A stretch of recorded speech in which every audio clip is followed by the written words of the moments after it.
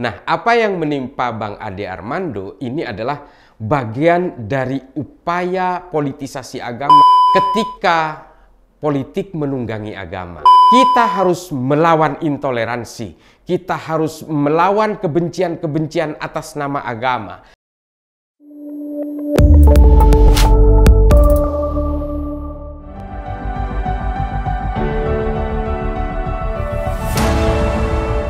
Memang politisasi agama ini adalah suatu produk akhir dari sebuah proses kebencian elektoral yang dibangun selama bertahun-tahun. Dan secara historik ini memang melanda berbagai sejarah agama ketika bersentuhan dengan politik ya. Baik dalam agama Kristen, Katolik, Protestan, Islam, Hindu, Buddha, semua agama mengalami sejarah-sejarah yang tidak nyaman ketika dia bersentuhan dengan politik.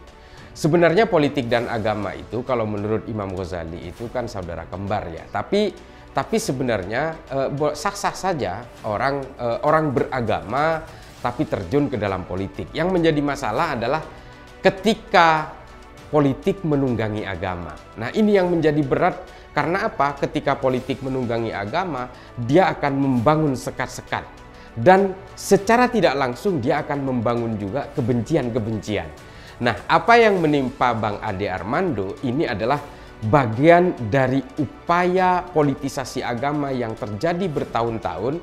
Lalu ketika terjadi kerumunan, ada Bang Ade Armando yang selama ini di-framing sebagai pro pemerintah, yang kedua dia di-framing sebagai penista agama.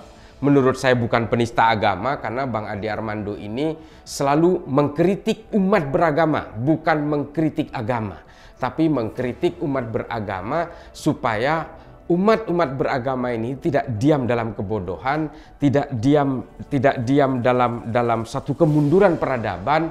Nah, itu semua tertumpah dalam suatu kerumunan yang menjadi melting pot di depan gedung DPR itu tadi. Nah, ketika dia melihat Ade Armando yang dianggap pro pemerintah, kelompok-kelompok yang selama ini terhasut oleh politisasi agama untuk memusuhi pemerintah yang dianggap PKI, dianggap komunis, dianggap anteknya Cina dan sebagainya, tertumpah di situ. Dia mengeroyok Bang Ade Armando sambil meneriakkan takbir, menginjak, menelanjangi di bulan Ramadan. Nah, bicara soal kejahatan politisasi agama di bulan Ramadan, ini bukan hanya terjadi di situ sebenarnya. Kejadiannya sudah lama, pembunuhan Sayyidina Ali juga terjadi pada bulan Ramadan, pertengahan, tanggal 17 Ramadan. Pembunuhan Sayyidina Ali oleh Abdurrahman bin Muljam sebagai orang yang menjadi korban politisasi agama juga terjadi. Dan kejahatan-kejahatan lain di dalam sejarah Islam juga banyak terjadi di bulan Ramadan. Ini harus dicatat. Artinya apa? Ketika orang sudah terbius oleh politisasi agama, ketika orang sudah terhasut oleh kebencian-kebencian, orang akan lupa terhadap jati dirinya. Dia akan lupa terhadap agamanya sendiri, ajaran agamanya sendiri, anjuran agamanya sendiri. Bukan hanya menelanjangi, menganiaya Ade Armando, bahkan membunuh Sayyidina Ali pada bulan Ramadan pun jadi. Nah, efek terakhir, level pedas terakhir dari politisasi agama adalah takfir, mengkafirkan orang lain. Mengapa orang-orang itu begitu tega menganiaya Bang Ade Armando, meskipun Bang Ade Armando ini seorang muslim dan pada saat itu sedang berpuasa? Itu karena mereka itu diajari untuk mengkafirkan orang lain yang berbeda. Ini sama persis dengan Abdurrahman bin Muljam ketika membunuh Sayyidina Ali. Itu sama persis dengan Muhammad bin Abu Bakar ketika terlibat dalam konspirasi pembunuhan Sayyidina Utsman. Ini adalah efek-efek dari politisasi agama yang diminta untuk mengkafirkan orang lain, karena orang lain yang berbeda dengan dirinya harus dihindari sejauh mungkin dan orang yang dianggap sebarisan harus terbangun loyalitasnya. Inilah konsep-konsep al-wala wal-bara yang biasa terjadi dalam politisasi agama. Nah, inilah yang harus diberikan pemahaman kepada masyarakat kita hari ini bahwa politisasi agama itu akan mengajari manusia untuk membenci, akan mengajari pemeluk agama untuk bersentuhan dengan yang namanya brutalitas. Nah, oleh karena itu saudara-saudaraku, kita harus melawan intoleransi.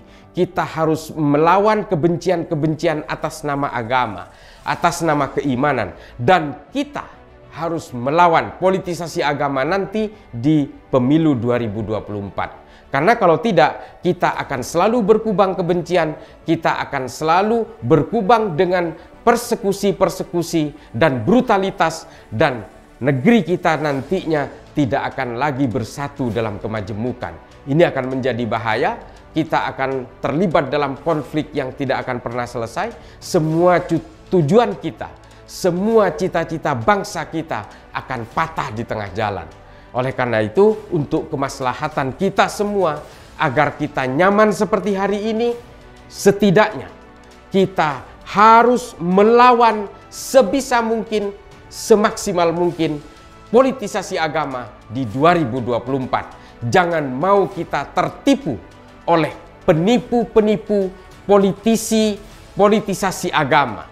Nah, ini menjadi penting karena yang terakhir, himbauan dari kita adalah setiap orang yang menunggangi agama untuk ambisi kekuasaannya bisa dipastikan dia adalah penipu.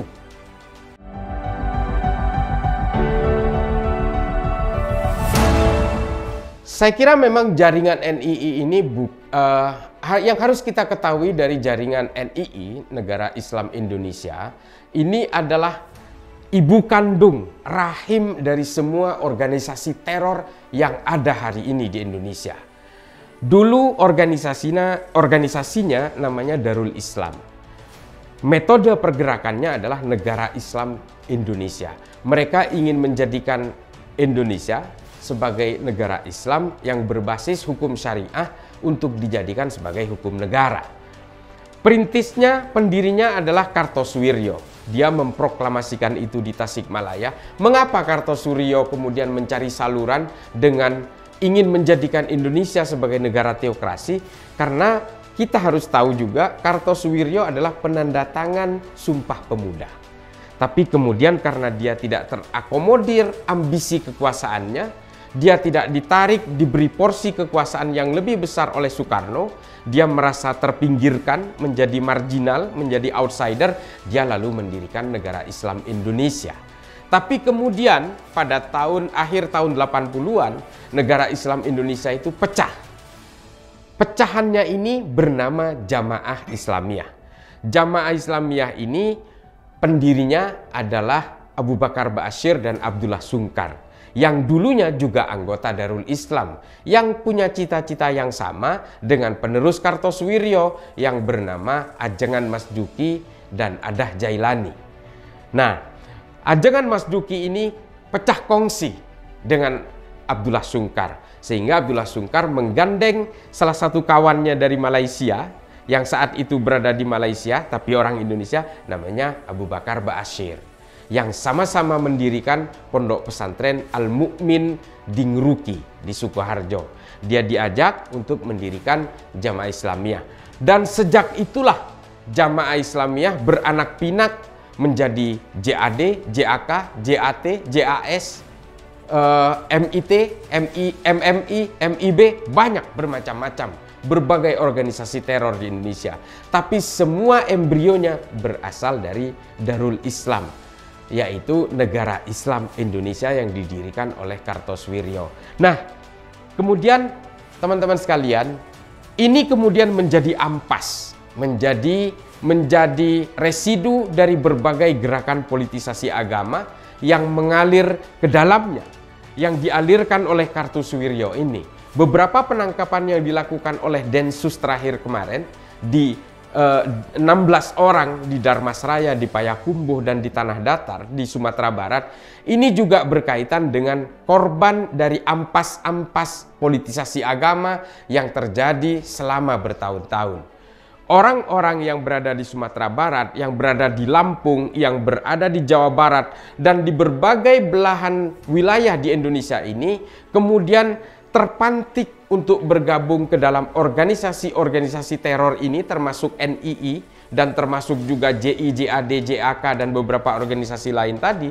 Ini setelah mereka termakan oleh ampas-ampas politisasi agama yang terjadi dalam beberapa kali pemilu. Nah, inilah kemudian yang menjadi persoalan bagi kita. Politisasi agama ini ketika sudah bersatu dengan berbagai ampas-ampas ini, berbagai organisasi teror, memang telah melahirkan produk-produk teror.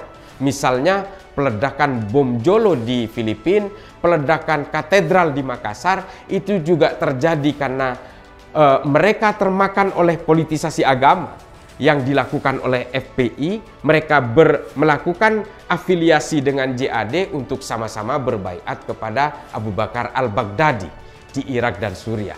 Nah, NII tidak mustahil untuk melakukan afiliasi-afiliasi dengan organisasi teror lain, karena bagaimanapun NII adalah ibu kandung dari semua organisasi teror itu. Ini akan menjadi sangat bahaya, makanya kita harus berterima kasih kepada Densus 88 yang berhasil mengurai jaringan ini, yang berhasil memetakan jaringan ini. Meskipun memang yang harus kita ketahui adalah bahwa jumlah anggotanya sudah 35.000. Banyak orang tidak tahu bahwa yang ditangkap di Sumatera Barat dan di Tangerang kemarin itu adalah terafiliasi langsung secara genetik terhadap Kartosuwiryo. Dia tidak terafiliasi dengan firqoh lain seperti yang di Indramayu, atau dengan yang di Lampung, atau dengan yang di Bali, atau di banyak tempat lainnya, tapi mereka terhubung langsung dan mereka mengatakan NII putih karena mereka terafiliasi langsung secara genetik terhadap Kartosuwiryo. Nah, ini yang harus diketahui, bahwa kalau ternyata mereka itu berusaha menghimpun anggota di Sumatera Barat sebanyak 1.125 orang, dan banyak yang mungkin tidak paham misalnya tentang senjata golok. Begini, yang harus diketahui oleh banyak masyarakat adalah bahwa ketika senjata api itu sulit diperoleh di Indonesia, dan kelompok-kelompok teror ini selalu tertracing oleh penegak hukum lewat pengadaan senjata api, banyak sekali organisasi teror yang ditangkap, elemen-elemen dan komponennya, karena mereka bersentuhan dengan pengadaan senjata api. Oleh karena itu NII tidak kalah cerdas. Dia melakukan pengadaan senjata tajam. Jangan dianggap enteng. Senjata tajam memang hanya simbolnya. Seolah-olah senjata tajam tidak mungkin akan meruntuhkan negara ini dengan golok. Tapi golok di sini adalah simbol dari perlawanan. Dan kita tahu dulu, pejuang-pejuang kita, pejuang-pejuang kemerdekaan kita juga menggunakan simbol bambu runcing sebagai simbol perlawanan terhadap penjajah. Secara akal zaman dulu, bambu runcing tidak akan mampu menghadapi alat-alat tempurnya Belanda. Tapi dengan bambu runcing itulah berhasil membangkitkan semangat perjuangan untuk melawan penjajahan Belanda. Nah, ini yang harus dipahami. Meskipun hanya golok, meskipun bambu runcing, tapi simbol perlawanan itu akan bisa memantik giroh-giroh perlawanan terhadap mereka yang dianggap sebagai musuh. Ini harus diketahui oleh masyarakat.